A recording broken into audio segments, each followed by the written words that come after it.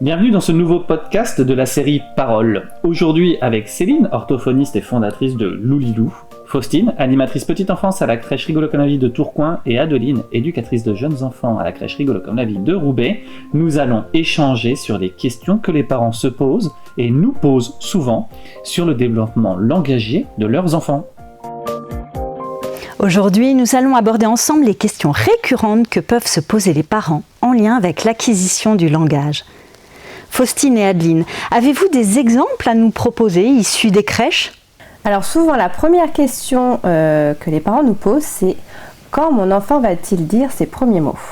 Et oui, ça c'est une question qui revient très souvent. Comment ? À 12 mois, il ne parle toujours pas ? La pression sociale autour de nous est forte et c'est difficile de ne pas comparer l'enfant avec son frère ou sa sœur, ni le copain de la crèche. J'ai envie de vous dire, il parlera quand il sera prêt, ou à minima quand il aura quelque chose à dire, comme le disait si bien Françoise Dolto. Généralement, les premiers mots sont entre 9 mois et 16 mois. Mais auparavant, il faut que l'enfant soit passé par le babillage diversifié, c'est-à-dire qu'il utilise plusieurs consonnes différentes dans son babillage. Da, pa, ta, pa, da, ba. Il faut aussi que l'enfant utilise le pointage en même temps qu'il babille, et qu'il soit capable d'imitation, et que le regard soit adressé. Au-delà de ces premiers mots, il dit souvent « papa ». Est-ce qu'il y a une explication à cela ? Oui, c'est tout à fait normal. En fait, les premiers mots sont issus des sonorités des babillages. Et l'enfant va babiller sur des sonorités avec des consonnes explosives. Le P, le B, le D, préférentiellement. Donc bien souvent, le premier mot est donc « papa ». Et pourtant, nous avons des enfants qui babillent avec « ma, mais sans jamais aller jusqu'au mot « maman ». Ben là aussi, c'est normal. C'est vrai qu'on a quelques enfants qui vont commencer le babillage en disant « ma », un babillage dupliqué avec le « m ». Mais au bout d'un moment, l'enfant va découvrir, par imitation de ses camarades, les consonnes explosives et il va les préférer parce qu'elles sont plus faciles à réaliser. Donc à un moment, il va cesser d'utiliser le « m » au profit des consonnes « t », « d ». On a souvent des parents qui nous demandent à quel âge l'enfant commence à nous comprendre. Eh bien, figure-toi que la compréhension précède l'expression, c'est-à-dire que l'enfant va nous comprendre avant de s'exprimer. Même si la première année, il ne va pas utiliser de mots en tant que tel, il va s'exprimer avec tout son corps, avec toute la communication non verbale. On sait que dès 6 semaines de vie, un tout petit va nous comprendre déjà au niveau de notre intention grâce à notre intonation, montante ou descendante. Après, en termes de premiers mots, l'enfant va comprendre les premiers mots familiers après 6 mois environ. En tout cas, on ne peut pas tout dire en présence de l'enfant. L'enfant va comprendre nos premiers mots après 6 mois. On s'est rendu compte que l'enfant comprenait les premiers mots en faisant venir des enfants à l'hôpital et en leur projetant sur un écran 5 images de mots familiers. Des capteurs étaient mis sur leur tête et on a pu mesurer ainsi la direction de leur regard. On s'est rendu compte que l'enfant comprenait les premiers mots, donc dès 6 mois.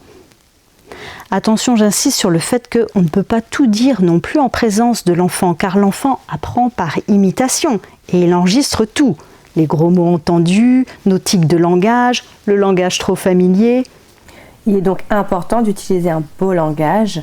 On donne l'exemple aux enfants. Oui, c'est ça. Ton exemplarité langagière est cruciale. Tu dois vraiment viser un beau langage sans familiarité et utiliser des belles tournures syntaxiques, car l'enfant acquiert le langage par imitation. Tiens, je vais vous partager quelques exemples issus du terrain et de mon expérience. Il vaut mieux éviter de parler bébé et de bien nommer précisément les mots. Je vais éviter les « on va miam miam » ou je vais éviter « tu veux ta tute ?» Bienvenue à « tu veux déjeuner ?» ou « est-ce que tu veux ta tétine ?» Tu joues à la vroom vroom, nous allons préférer utiliser « tu joues à la voiture ». Comme le « oh le beau waf waf », on va plutôt reformuler « oh tu as vu le chien qui fait waf waf ». Exactement, la notion de vocabulaire précis est très importante. D'ailleurs, j'ai une anecdote concernant ce vocabulaire précis. Lors d'un temps rangement, nous avons demandé aux enfants de ranger les bébés alors qu'il jouait avec les poupées. Un grand a décidé de vouloir participer au rangement et était dans l'intention d'aller prendre un bébé dans ses bras pour aller le ranger. Bien évidemment, ça ne s'est pas passé et j'ai pris conscience qu'en effet, il fallait que je précise de ranger les poupées et non les bébés. Oui, je vais vraiment faire attention de ne pas utiliser un langage trop familier. Nous, par exemple, en crèche, au lieu de dire « c'est trop bon », je vais reformuler en proposant des mots plus précis. « Tu te régales, c'est délicieux ». Exactement. Et j'aurais aussi envie de rajouter que plutôt que de dire « on va manger », je peux dire « je vais manger ». Plutôt que de dire « on va changer ta couche », je vais changer ta couche. Parce que finalement, qui est derrière le « on » ? On ne sait pas. Est-ce que je dois faire répéter l'enfant ? Non, faire répéter l'enfant à tout bout de champ est vraiment trop dévalorisant pour lui. Et il faut savoir que jusqu'à 3 ans et demi, 4 ans, l'enfant n'a pas toutes ses possibilités articulatoires. Donc il risque de se mettre à bégayer si je lui mets trop de pression sur un attendu de parole, entre guillemets, conforme. Le mieux est de reformuler tout simplement. Il faut donc reformuler ce que l'enfant essaye de dire ? Mais oui, c'est très important. Tu vas en premier, par exemple, si l'enfant te dit crocodile, tu vas en premier dire un oui bienveillant pour dire que tu l'as compris. Et après, derrière, tu vas reformuler. Est-ce que tu veux essayer de le faire ? Oui, j'ai l'exemple, par exemple, en crèche. On a une de nos collègues qui s'appelle Isabelle et les enfants l'appellent Abel. Et on a le réflexe de revenir avec eux en leur disant « Oui, tu as raison, c'est Isabelle ». Exactement, comme ça, tu lui présentes le bon modèle. C'est exactement comme ça qu'il faut faire. Est-ce que le bilinguisme aujourd'hui freine-t-il le développement du langage ? Non, aucune étude scientifique ne va en ce sens. Et le bilinguisme d'ailleurs va faire l'objet d'un podcast dédié. J'encourage les parents à parler leur langue maternelle, quelle qu'elle soit. C'est très important de transmettre sa langue maternelle et son identité. C'est source de joie. Et jusqu'à combien de langues est-il possible de parler à l'enfant ? On peut aller jusqu'à 2 langues maternelles différentes, plus la langue française. Mais je vous donnerai tous les conseils de réussite pour la mise en place d'un bilinguisme dans le podcast numéro 8. Les DVD éducatifs et les jeux qui répètent le même son ou les mêmes mots favorisent-ils le développement du langage de l'enfant ? Pas du tout. Tu sais que les DVD éducatifs représentent 30% des parts de marché. Et on est un petit peu assailli par tous ces programmes qui veulent nous dire que ça va aider à rendre notre enfant plus intelligent. Apprends à parler avec Choupi, avec Dora, avec Pat Patrouille.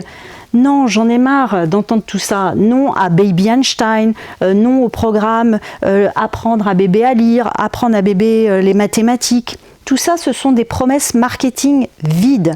On nous vend du vide, on veut nous faire croire des choses, mais il n'en est rien. Ça ne va pas rendre l'enfant plus intelligent.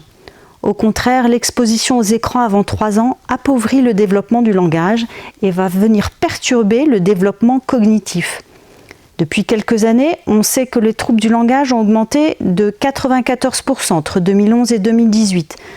On sait aussi que les troubles de l'attention ont été multipliés par 10 ces 20 dernières années aux États-Unis.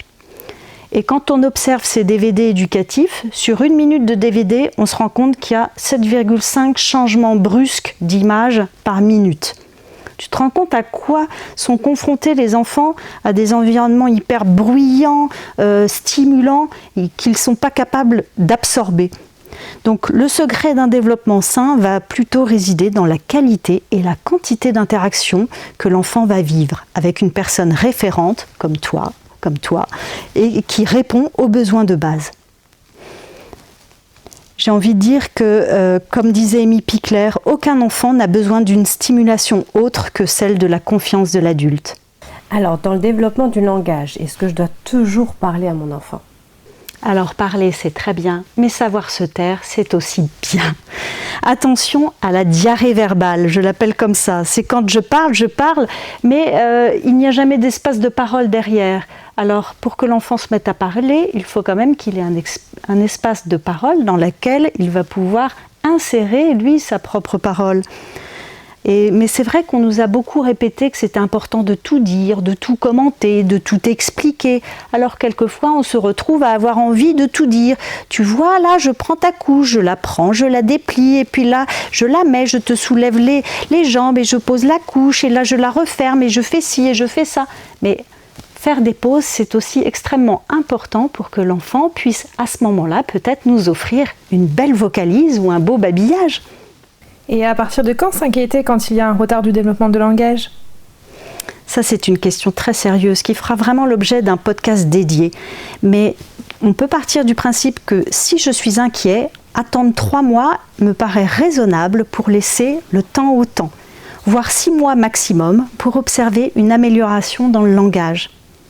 En attendant, si vous êtes inquiet, le mieux est d'échanger avec votre référente en crèche ou avec la directrice de crèche ou d'en parler au médecin, votre généraliste ou votre pédiatre ou de demander un avis à la PMI. Je voudrais conclure que le parent est celui qui connaît le mieux son enfant et une inquiétude de parent est toujours à écouter avec beaucoup de bienveillance car souvent son intuition est juste. Il est important également de parler aux parents de tout ce que l'enfant est capable de faire, plutôt que de focaliser sur ce qu'il ne sait pas encore faire. Soyons positifs et rassurants. Un enfant a des capacités extraordinaires. Il est capable de réajuster son langage si son entourage l'accompagne en ce sens. Merci à toutes les 3, c'était vraiment très riche et grâce à vos exemples et votre regard bienveillant, vous avez démystifié certains points et surtout souligné les capacités extraordinaires de chaque enfant. Alors je vous propose que l'on se retrouve dans un prochain podcast de la série Paroles pour continuer à explorer ensemble l'univers du langage.